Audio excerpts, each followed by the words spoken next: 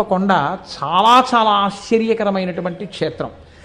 కోటప్ప కొండ మీద పరమశివుడు ఉంటాడు.